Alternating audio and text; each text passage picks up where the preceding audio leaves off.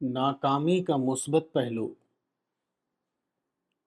مشہور سائنسداں سر Isaac Newton وفات 1727 ایک غریب فیملی میں پیدا ہوا۔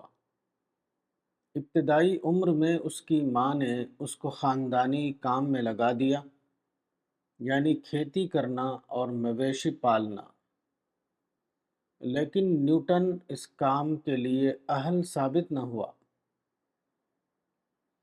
وہ اس میں بری طرح ناکام ہو گیا۔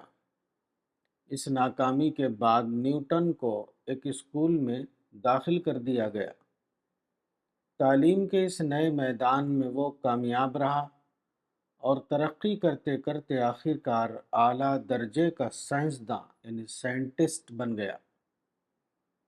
کاشتکاری کے پیشے میں نیوٹن کی ناکامی اس بات کا اشارہ تھی کہ فطرت نے نیوٹن کو کسی اور کام کے لیے پیدا کیا ہے، یعنی نیوٹن کو پیدا کرنے والے نے اس کو کاشتکاری کے لیے نہیں بلکہ سائنس کے لیے پیدا کیا ہے۔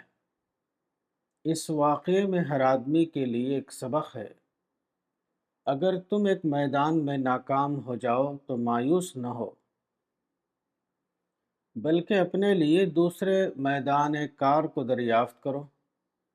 اپنی ابتدائی ناکامی کو اس بات کا ذریعہ بناؤ کہ تم اپنے لیے زیادہ بہتر میدان عمل کا انتخاب کر سکو۔ ہر انسان جو اس دنیا میں پیدا ہوتا ہے وہ ہمیشہ اعلیٰ صلاحیت لے کر پیدا ہوتا ہے۔ اکثر ایسا ہوتا ہے کہ آدمی اپنے اندر چھپی ہوئی مخصوص صلاحیت کو دریافت نہیں کر پاتا۔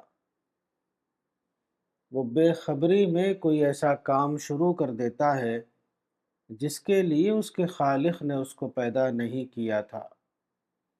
اس قسم کے افراد اکثر اپنی زندگی میں ناکامی کا شکار ہو جاتے ہیں۔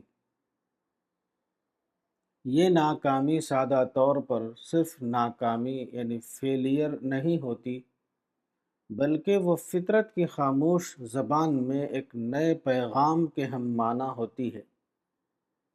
جو انسان اپنی ناکامی کو دیکھ کر مایوس ہو جائے، وہ فطرت کے اشارے کو دریافت نہ کر سکے گا، لیکن جو شخص اپنی ناکامی کو ایک مثبت تجربہ یعنی پازیٹیو ایکسپیرینس سمجھے اور دوبارہ غور و فکر کرے تو وہ یقینی طور پر اپنے لیے ایک نیا اور بہتر چوائس یعنی بیٹر چوائس دریافت کرے گا اور اس کے مطابق عمل کر کے کامیابی کی منزل تک پہنچ جائے گا۔